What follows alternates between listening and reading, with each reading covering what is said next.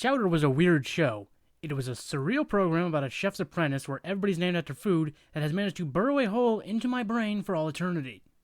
What you're looking at right now are scenes from the Chowder Reanimated that was made for this episode. If you don't know, Reanimateds are typically a scenario in which a bunch of different people come together to draw an episode or just one significant scene in their own individual styles and switch off every other scene or shot.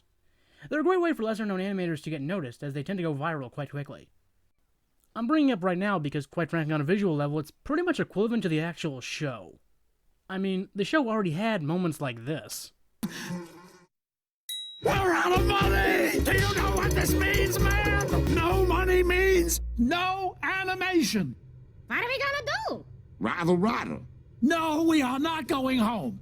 We've got to save the show. But where are we gonna get the money to pay for it?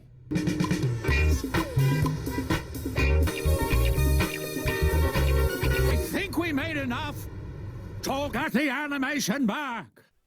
So to get right into it, it's the holiday season in Marzipan, and as Gazpacho explains, everyone is gearing up to celebrate the holiday of Knishmas, which is incredibly ironic considering that knishes are basically Hebrew Hot Pockets. And more specifically, they're anticipating the arrival of its Santa analog, Knish Crinkle, who kinda looks like if you crossed a Super Mario Wiggler with an old prospector. The tradition, as Gazpacho explains, is that if you make a sufficiently nice gingerbread house, Knish Crinkle will bestow upon you gifts. But what if Knish Crinkle doesn't like the gingerbread house you made? Well, he'll go into an incredible fit of rage, he will! Huh, he's even more like a Wiggler than I thought. Going into the actual plot, after Mung and Schnitzel pick up a Knishmas tree, and I have to say, it's nice to have some confirmation about how much of Schnitzel's head is neck. They find Chowder at a cookware store. Apparently Chowder shops for winterwear in the same place as Thomas's mom. Chowder's actually there looking at what he wants for a Knishmas. Electric broccoli trimmer with detachable non-electric cauliflower trimmer? You will be mine! With Mung being unsure if he can afford it. More on that later.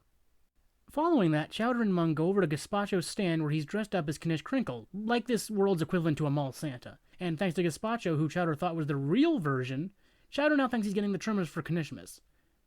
But while they're there, aside from Chowder getting a proposition to smooch under the mistletoe from Panini, her chef master and Mung's rival Endive hints that Mung might be hiding something about what happens every year. Oh, honey, hadn't you noticed Knish Crinkle never makes it to your house? Oh, that's because Monk says Bigfoot sneaks in and smashes his gingerbread houses before Knish Crinkle gets there. But I'm ready for Bigfoot this year! Later that same day, back at the restaurant, Mung has no choice but to reveal that the reason he would have had to buy the trimmers for Chowder is that he's never once made a gingerbread house that Knish Crinkle actually liked. So every year, he destroys the place. This is Mung's greatest shame. Well, that and his tail. Oh, my rattle! Despite that, Chowder does still sincerely believe in his master, and they start work on a gingerbread house, and to their credit, it seems to go well. We roll it smooth, then we bust a move. Don't let any go to wasty. That is until they get to the hardest part of a normal gingerbread house, putting the roof on. And over the course of exactly one montage, they try 50 times with no success. So with Mung not wanting to have a disappointed cat, bear, raccoon child on his hands, he has no choice but to swallow his pride and go to Endives to buy one, with Chowder witnessing it. So, still under the impression that Gazpacho is Knish Crinkle, he races over there to try and convince him to accept Mung's crummy house with Panini helping him. You see that? That was love power, I tell ya. Love power! Now, where was I?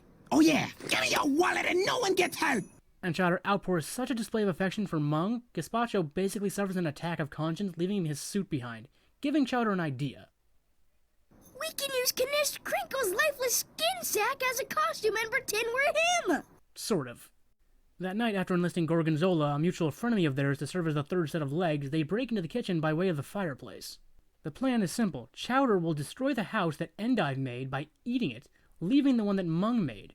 But because Chowder took too long to explain the plan and for some reason felt the need to outline what they'll do afterwards, i.e. go to bed in exhaustive detail, well, the real Knish Crinkle shows up.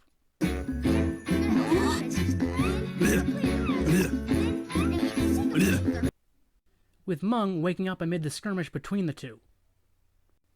In the chaos, Chowder eats the new house and tells Mung that he doesn't care about his gift over Mung's happiness. And to thank his two co-conspirators, he gives Gorgonzola a sweater made of discarded woolly mammoth hair he found in the suit, and as for Panini... Thanks for helping. I couldn't have done it without you. Here's your present, Merry Knishmas. Lil Bunny's gonna be riding that high through New Year's. Also, Knish Crinkle, moved by Chowder, gives him a... Wait, that's where he keeps gifts? Honestly, pretty par for this series, actually. So, Chowder receives his broccoli trimmer, and the episode ends. Okay, well, have a very Merry Christmas!